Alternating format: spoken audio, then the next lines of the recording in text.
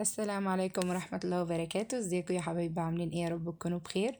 هنعمل مع بعض ان شاء الله النهاردة الفراخ الاستريبس والكريب. ودلوقتي هنشوف مع بعض طريقة عمل الفراخ الاستريبس من الألف للياء. وبعد كده هنعبي السندوتشات الكريب بتاعتنا ديتي مع بعض. وما تنسوش تضغطوا لايك، واللي ما اشتركش في القناة يشترك، وكملوا معايا الفيديو للآخر. ويلا بينا نسمي الله ونصلي على الرسول ونشوف الجمال بتاعنا ده عملناه ازاي. دلوقتي انا معايا نص كيلو صدور فيليه، صدور مخلية نص كيلو. هنقطعهم شرايح بالشكل ده، شرايح طولية بالشكل ده كده زي ما احنا شايفين. طبعا الفراخ بتاعتنا غسلناها كويس ونقعناها في محلول النقع، طبعا معروف، خل وليمون وملح وسكر. نقعناها شوية وبعد كده غسلناها كويس، وبعد كده بقى نبدأ نقطعها شرايح طولية كده مع بعض بالشكل ده، ونرجع بقى نتبلها. طبعا انا كنت بشتغل في الفراخ. غسل نقعتها وقطعتها كده وتبلتها قبلها يعني بليلة. وتاني يوم الصبح جهزتها، لان طبعا لازم تبات في التتبيلة او من بالليل للصبح او اقل حاجة ساعتين.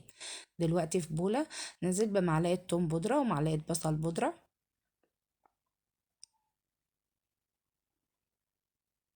ونص معلقة شطة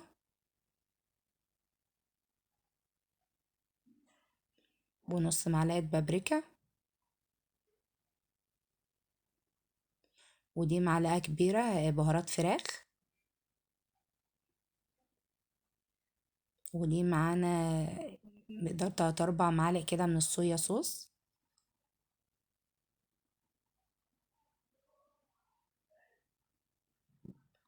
وعصرة ليمونة ونص معلقة ملح.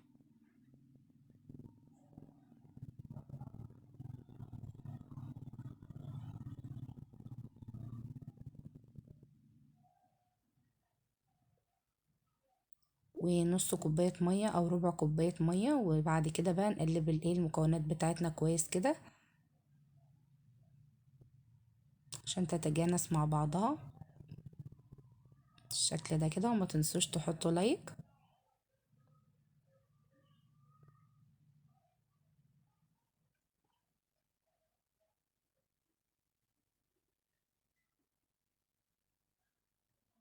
طبعا دي أسهل تتبيلة وبسيطة جدا، والنتيجة تحفة وخرافي وطعمها جميل جدا. ودلوقتي بقى الفراخ بتاعتنا طبعا متصفية ومغسولة كويس ومنقوعة زي ما قلنا. هننزل بقى بالفراخ بتاعتنا كده في التتبيلة،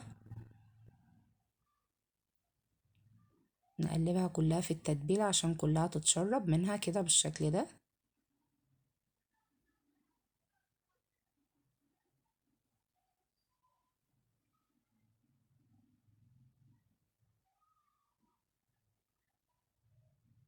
كده تبقى الفراخ بتاعتنا اتبلت. دلوقتي بقى هنغطي البولة بتاعتنا كده بالاسترتش راب وندخلها التلاجة زي ما اتفقنا من بالليل للصبح او اقل حاجة ساعتين.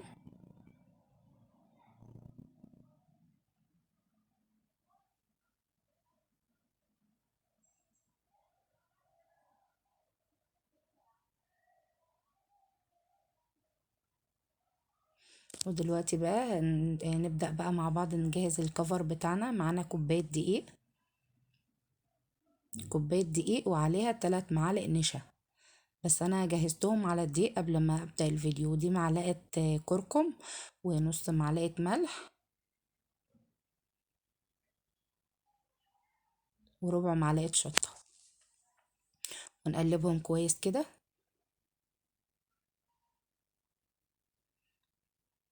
ده طبعا الكفر الخارجي بتاع الاستريبس بتاعنا.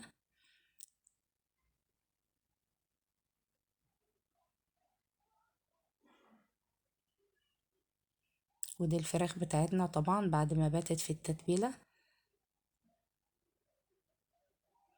نبدأ بقى نطلعها مع بعض دلوقتي، وننزل بقى ايه على الدقيق بتاعتنا والمواد الجافة دي كده عشان بقى ايه نغلفها كويس.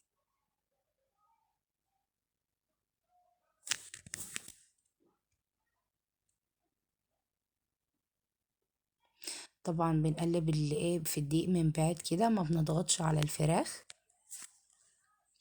وبنقلبها بالراحة كده عشان طبعا ايه ما نضغطش عليها عشان تبقى مفرفرة معانا كده بالشكل ده كده. وننزلها في مصفى.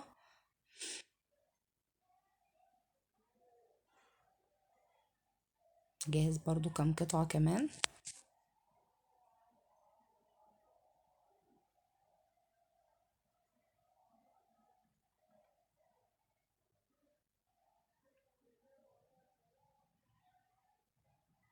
طبعا احنا بنطلعها في مصفى علشان دلوقتي تنزل الدقيق الزيادة اللي فيها، وهنرجع بالمصفى كده ننزلها في مية باردة، مية متلجة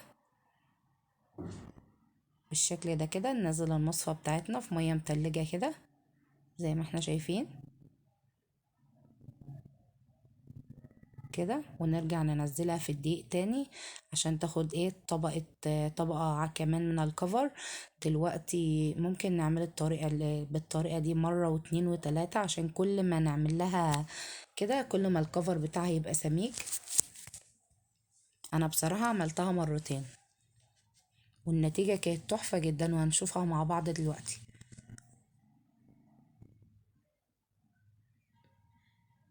تمام كده جاهزة معانا.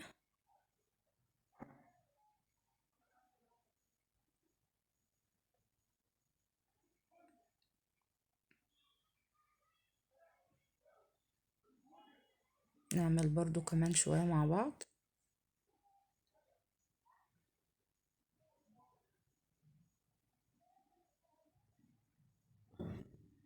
فضلا اللي ما اشتركش في القناة يشترك، وما تنسوش تضغطوا لايك عشان يوصلكم كل فيديو جديد انا بنزله، وتفعلوا علامة الجرس.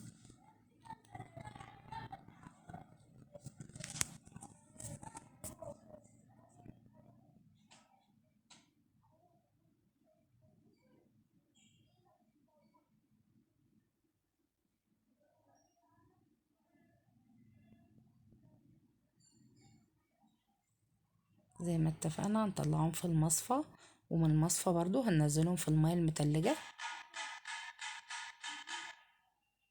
بالشكل ده كده، ونرجع نرجعهم في الدقيق تاني.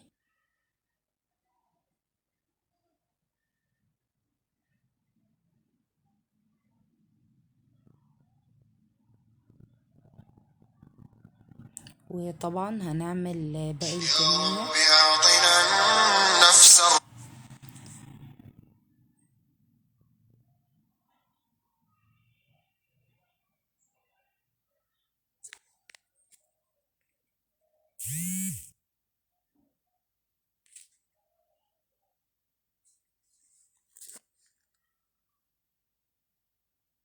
وهنعمل برضو باقي الكمية بنفس الطريقة، ونرجع نشوفها مع بعض قبل ما ندخلها الفريزر.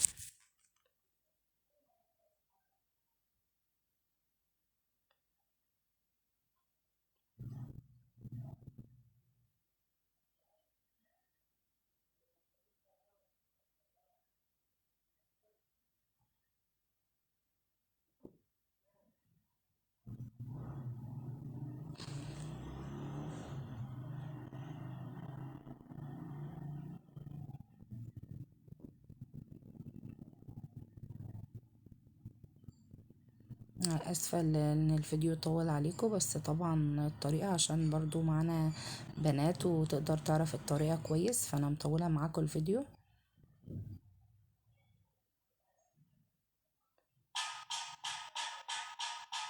وده شكل الكمية كلها بعد ما خلصناها ندخلها الفريزر لمدة نص ساعة. ودلوقتي بقى نطلعها نقليها بقى طبعا زيت غزير سخن جدا، وننزل بشرايح الاستريبس بتاعتنا في الزيت على طول بالشكل ده.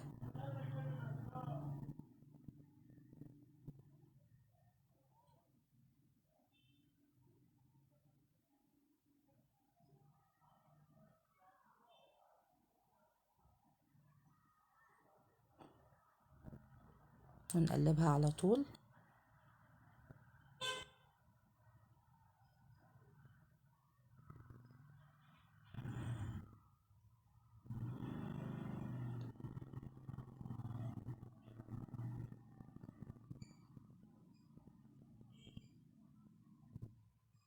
وده شكلها بعد ما طلعت معانا، ما شاء الله طعمها جميل جدا ومقرمشة وريحتها حلوة جدا، والطريقة سهلة جدا. وهنكمل باقي برضو، نقلي باقي الكمية ونشوفها مع بعض.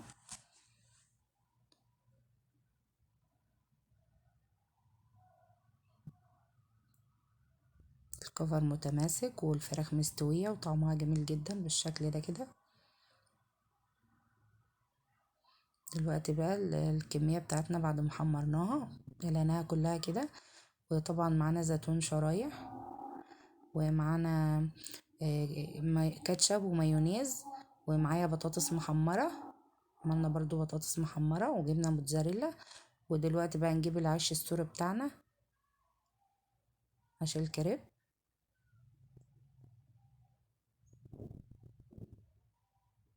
ونبدأ بقى ايه نعبي السندوتشات الكريب بتاعتنا بقى مع بعض.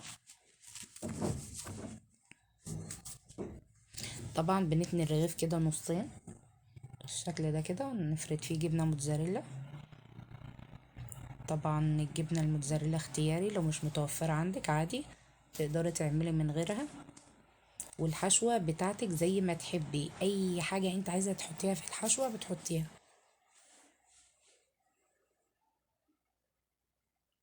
نبدأ بقى نرص الشرايح الفراخ بتاعتنا كده،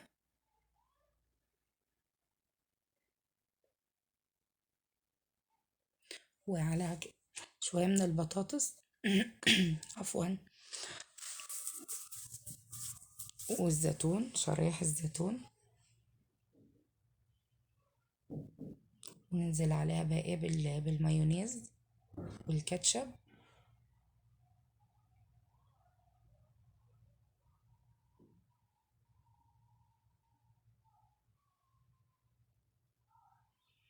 كده يكون الكريب بتاعنا جاهز. نبدأ بقى نقفله مع بعض ونحمره في الطاسة بالشكل ده كده.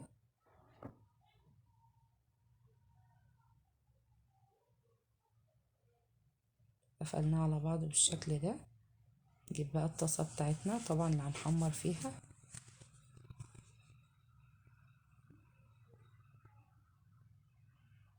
نعمل برضو واحد كمان مع بعض.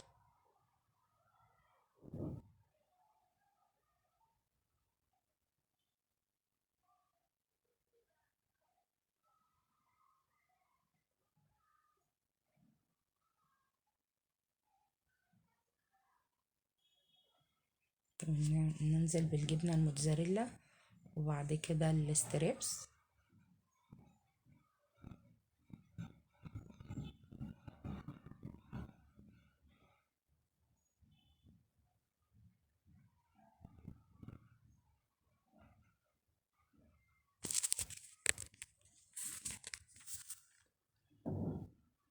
وبعد كده البطاطس. طبعا الحشوة زي ما تحبي. طبعا المفروض يبقى بنزود في الحشوة بتاعتنا فلفل وشرايح بصل وكده، بس اسفة بقى الاولاد مش بيحبوا الحاجات دي، فما اضطريت ان انا محطش منها.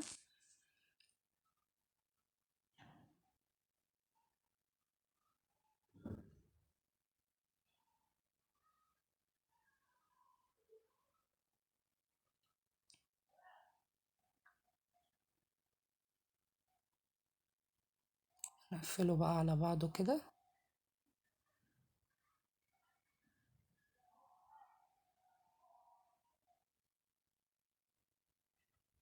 نروح بقى للطاسة اللي احنا هنحمر فيها، ندهنها دهنة بسيطة جدا من الزيت.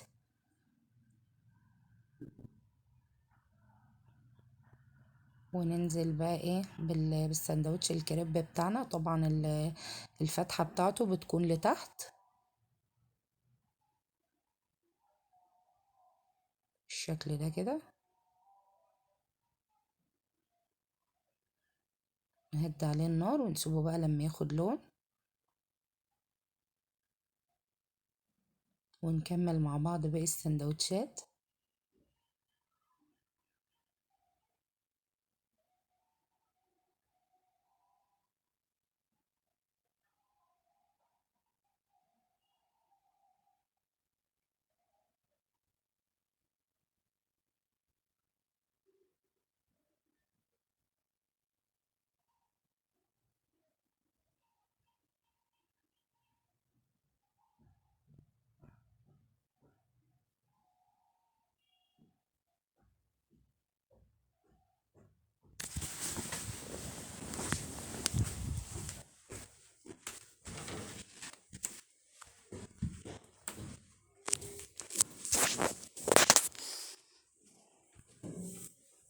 بالشكل ده. ننزل بقى بالكاتشب فوق المايونيز كده، ونقفل الساندوتش بتاعنا، وبكده يكون خلصنا الكمية بتاعتنا.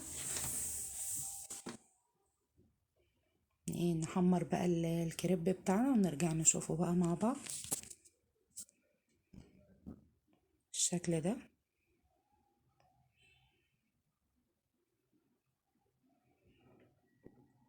بصراحة الكريب تحفة جدا، ما يتفرقش عن بتاع بره، والطريقة سهلة جدا، والفراخ الاستريبس تحفة وطعمها خطير، والطريقة بسيطة جدا. ويلا اعملوها وفرحوا اولادكم، وبكده يكون معانا احلى كريب استريبس. وما تنسوا